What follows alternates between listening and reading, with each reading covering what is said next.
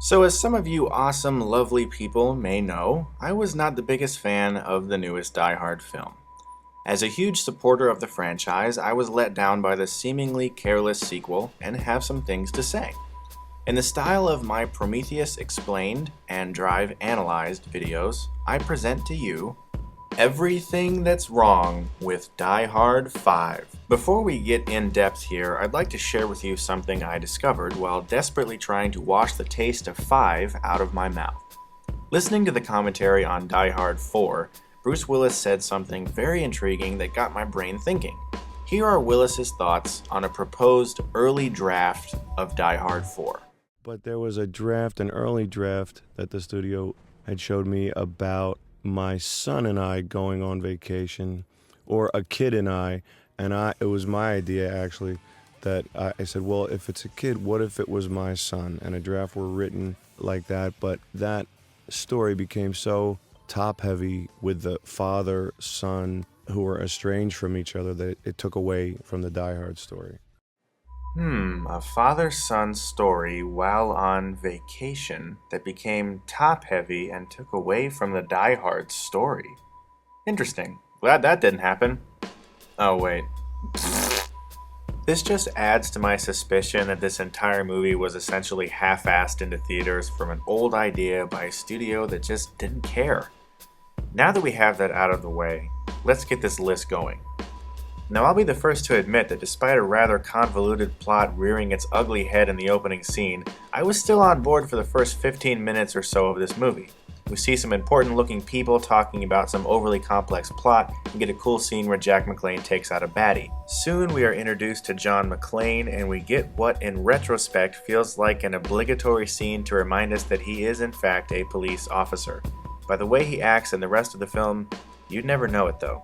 Which brings me to my first point. John McClane isn't John McClane. What are some of the things that you love most about the character of John McClane? For me, it was his ability to get his teeth kicked in, his face smashed to nothing, and still smile about it. It was also that despite his rugged exterior, he truly cared about people, and honestly was just a good cop who wanted to help. In each previous film, this is constantly on display. Do you remember the scene in Die Hard 2 after McClane failed to save the crashing plane? Not only did he nearly die trying, but he sits there a broken, hurt man. Or how about in 3, upon realizing the bomb isn't exactly where he thought it was? He stumbles to the ground in tears. In Die Hard 5, McClane steals a random pedestrian's car, then proceeds to crush a ton of civilian vehicles, including one with an innocent woman actually inside it. My point is that in Die Hard 5, they lost all sense of McClane as a person. He doesn't care about people anymore. He's actually become a little unlikable, which is unthinkable for one of the most likable protagonists in movie history. Now, since we're already talking a little about that car chase, which I might add was edited by a team of monkeys, I might as well bring up another point.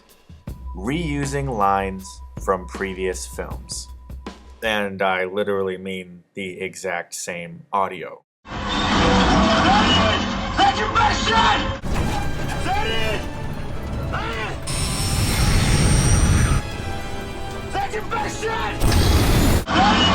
That's your best shot! Is that it? That's your best shot! That's your best shot! Is that it? That's your best shot! What is this?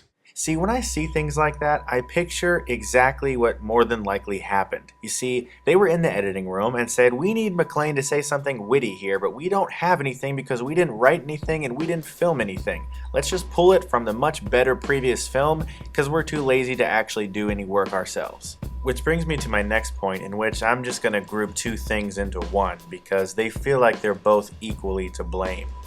The director and writer.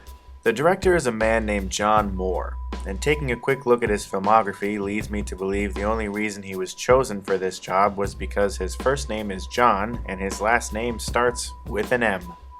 He has directed Behind Enemy Lines, the remake of Flight of the Phoenix, the remake of The Omen, and the adaptation of the much beloved video game Max Payne, which many fans rightfully feel ruined their beloved source material.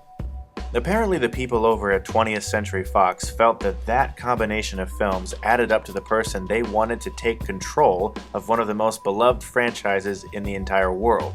It's no surprise that we got a film so shaky and poorly edited, people were wondering what was going on half the time. I mean, did Moore even watch the previous films? All 4 were directed smoothly and efficiently with terrific editing and mind-blowing sequences. The best Moore gives us is a bunch of cars flying in all different directions and a crap load of fake CGI BS. I mean, look at that, it looks like fucking shit! It's fucking shit, look at it!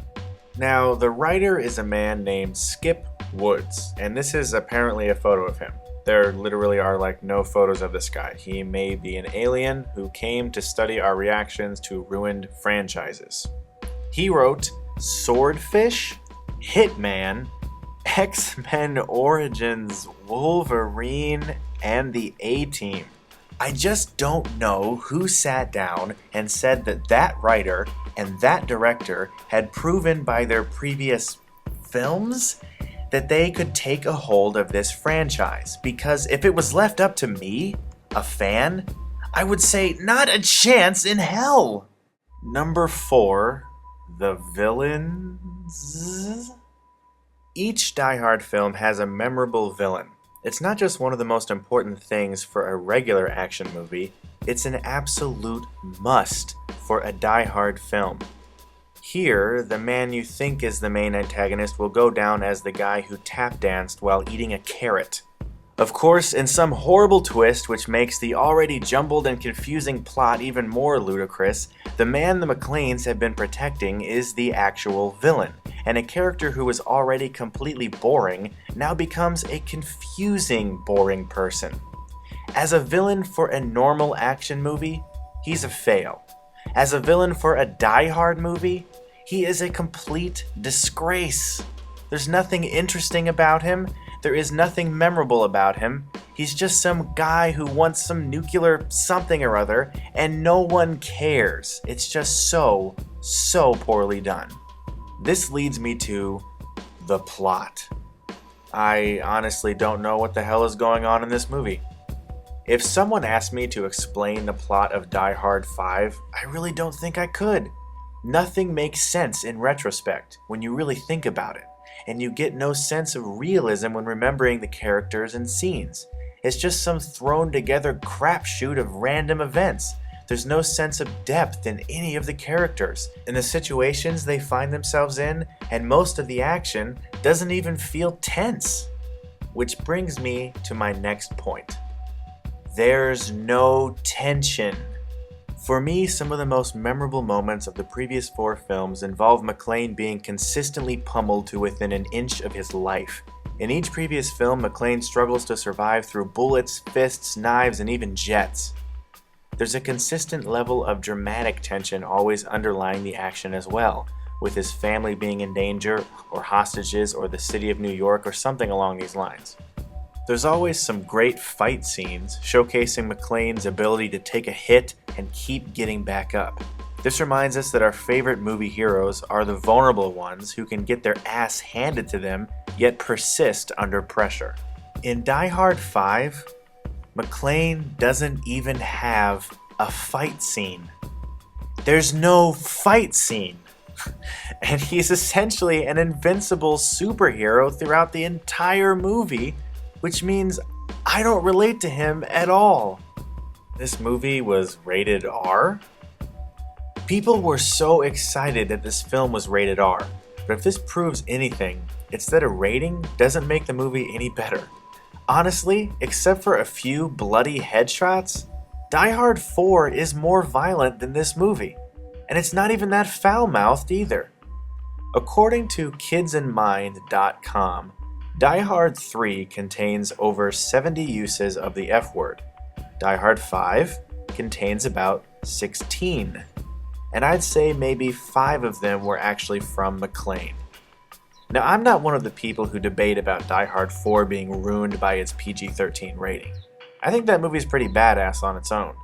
But to the people who were hoping for a hardcore R-rated Die Hard, they still didn't get it. Well guys, I could probably sit here all day doing this, coming up with stuff left and right, including why in the world this was not in the movie? I mean, it obviously happened. So where was it? And why McClane and his son fall in a pool infested with nuclear fallout and are just fine, but oh yeah, he's a superhero, so it's all good. Life moves on, action movie fans. Thanks for watching, I appreciate it. If you agree with anything I said, leave me a comment below and tell me what you thought of Die Hard 5. I'll try to do more analyzed reviews as soon as I possibly can, and as always, thanks for watching, and if you like this, you can click right here and get Stuckmanized.